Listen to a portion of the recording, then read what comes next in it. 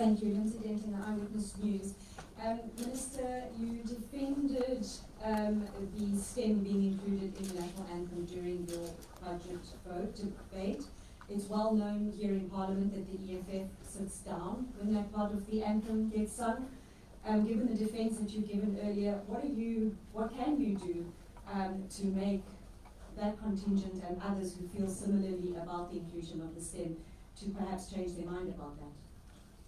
Well, firstly, I want to say that, and I want to answer it in twofold. We had a discussion, I will make Mabe to also answer the second part.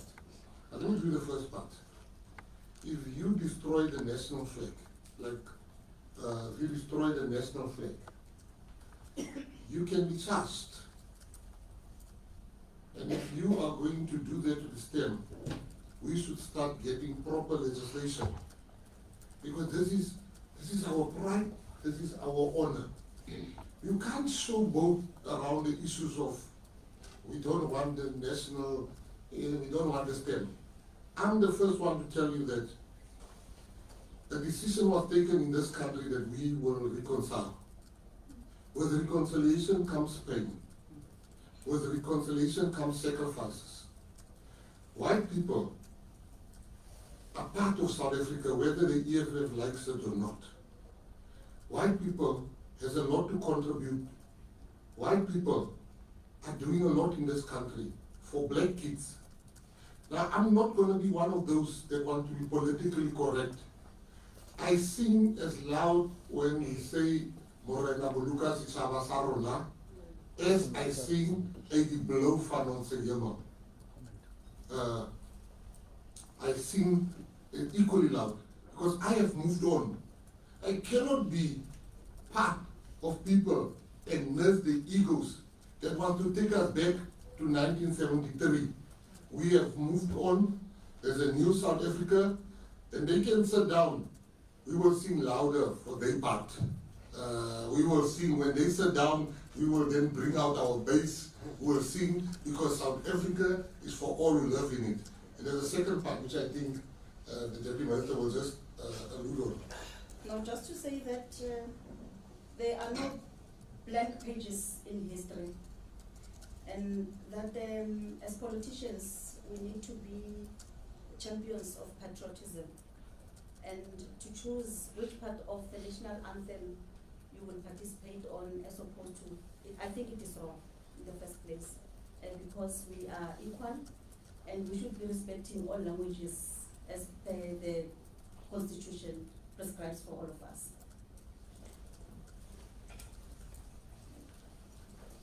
Thank you, Diana and Minister. Ms. Eva, introduce the meeting house. Thank you so much.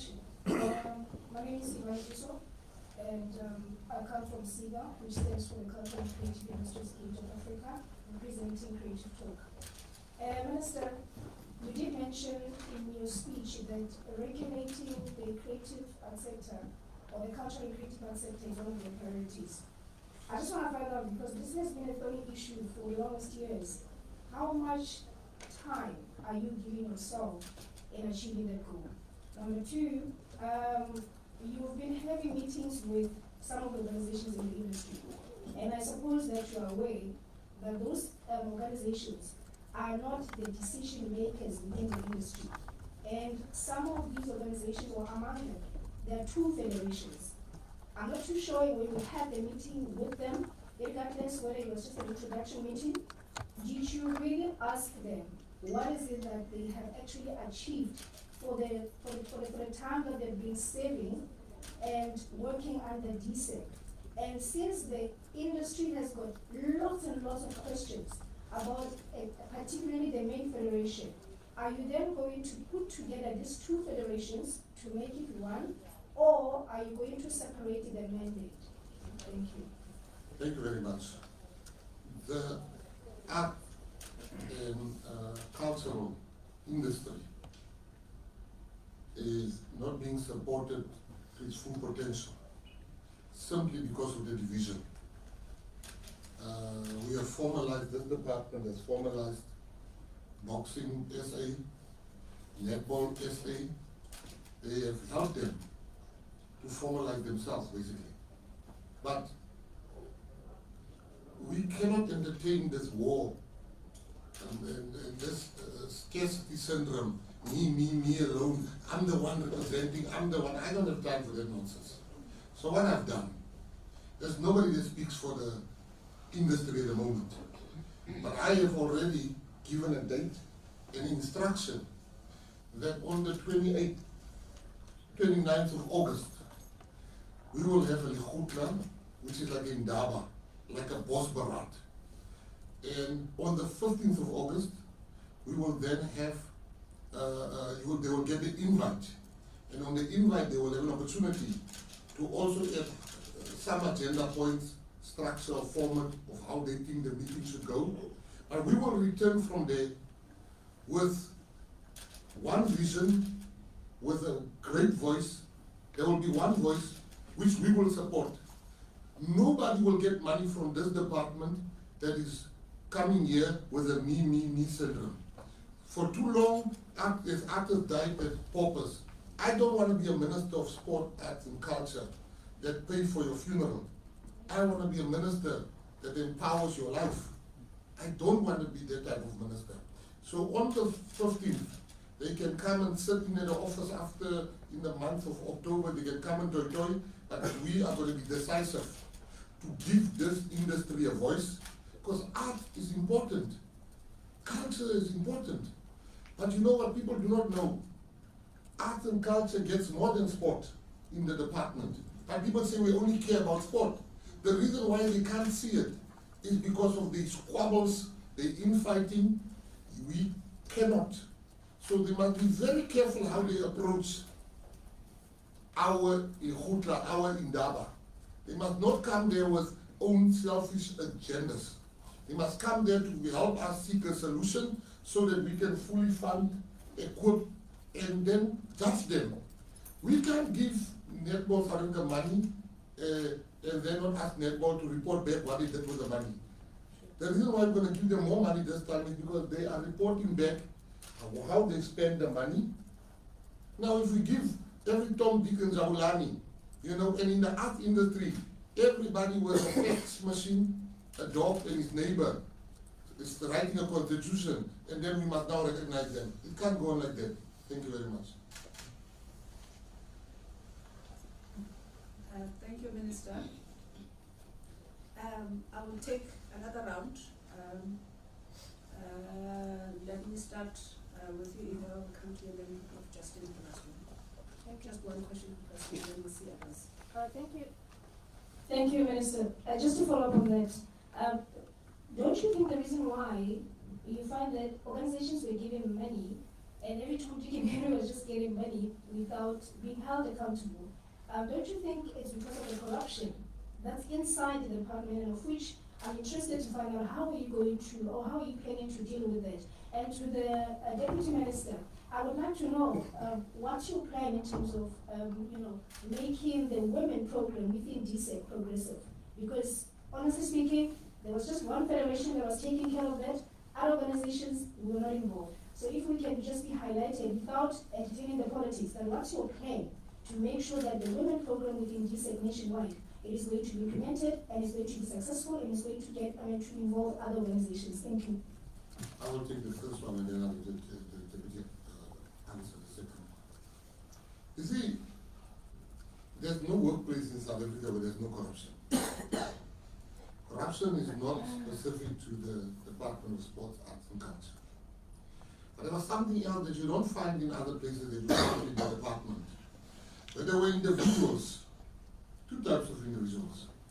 Individuals that's politically connected, that threaten workers at the Department of Sports, Arts and Culture, that I need to get this because I'm going to call this minister, Minister Mckenzie. There were people that think that the Department of Sports, Arts and Culture is their father, that left them in inheritance. They are now acting like if they don't get money, they will tell us how corrupt the people are there. They threaten people to get money. There are people that say they are suffering, but go to their Instagram. I know people that are suffering. The Instagram don't have cars, bags, Louis Vuitton bags, Gucci bags, Prada bags. But they come and say, we are suffering, we are not eating. But you are eating a bag of 70,000. So I'm saying that time is over. The monies of the department, we shall be transparent about it. We shall make sure that the ones that are corrupt in our ranks, we are coming for them. The first phase is first transparency. We now have people that came out. They are now embarrassed, you know, when the list came out. They say, no, we didn't get money. But they got money, some of them. But they're now embarrassed that they got money for the wrong, they gave the wrong reasons. As far as the list is concerned, let me answer that one. I hear there's some voices that says, no, you're embarrassing people. What is, your government must help you. What is embarrassing about getting help from your government? There's nothing embarrassing. When I was in jail, my son, the mother of my child, got help from government. There's nothing embarrassing about that because the father couldn't provide for the child anymore. Now, why do you want to hide?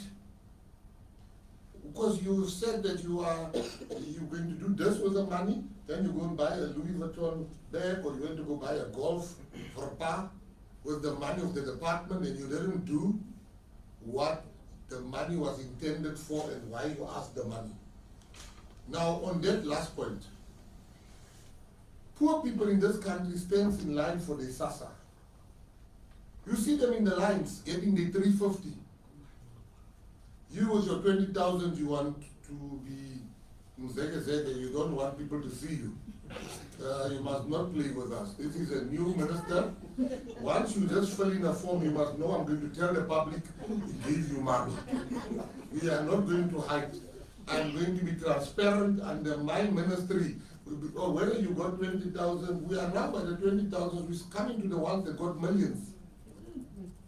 Anybody that got money, you must know your name is going to appear. You can call my friends 20 times, you can send politicians to me, you can do all that type of stuff, you can threaten me with the court, you must take me to court, your one will even appear, I will fast track it, we'll jump a year. We are now busy, where are we now? Year 20?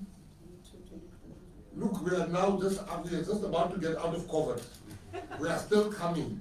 We're going to expose everything, because this is not a state secret. People must know where the money went to. Thank you very much. I'll give over to the... I'm sure the minister doesn't want me to comment on that. But just No, to you say can comment. that it is within the best practices of the PFMA that anyone who gets money from the public purse, you know, the people must know that you've been assisted. And you know, oftenly whatever we do, there are intended and unintended consequences. So the unintended consequence in this matter is that people feel like we are trying to shame them, which is not. But the intended is that we are acknowledging the work, the good work that has been done, the support, the financial support that has been done by the previous ministers and the department. So a lot of money has been spent in terms of supporting programs. Others would argue, you know, why do you have to name me when you gave me 10,000? But regardless of that, you know, it's still funding. So Minister Olivetsori, in fact, we are happy that they were given money and that the department supported them. And with regard to the support of women in the Department of DSEC, I think for the past 30 years, we need to also acknowledge that the women, especially women coming from the previously disadvantaged backgrounds, have been exposed to different sporting codes. I think we're not excelling, but something has been done. We're doing well. Because if you would know that a girl child was only exposed and given an opportunity to play netball, it was the only sporting code for the previously disadvantaged females. So today they play hockey, they are playing tennis, and we've also allowed them to play soccer. You know, you would not be allowed to kick a ball before, you know, before democracy, and we took over as the African National Congress. I want to say that just to share an experience, I had an informal, not informal, an introductory meeting with the women who are in the boxing sport, and it pained me, you know, the things that they shared with me. That you know, the money that was allocated to them as their salaries was the money that was approved 20 years ago, that they've never got any increase. So what they were earning 20 years ago, it is still the same.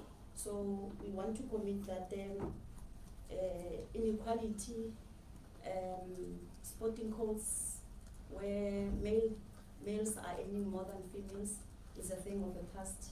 I am going to really try to work hard with the minister and the DG in making sure that if needs be, we need to really assist with the minister, that women should also get decent and equal salaries. They should be compensated equally like their male counterparts. So that's where we're going to start. That's where the first energy and the first focus is going to be. And within the critical sectors? Within all sectors. So we're going to try that. Another thing, you know, we have an opportunity to expose our people, especially in the arts sector, internationally. It's one thing that we will be championing as the 7th administration. We have countries where we have shared, where we have signed treaties and bilaterals. So we want to get a list of countries where they've said South Africa in terms of arts, sports and culture. Here we are, come and do exchange programs with us. We'll also be focusing on that. Yeah, basically that is what we're going to do. And in the main, we are going to be putting women first.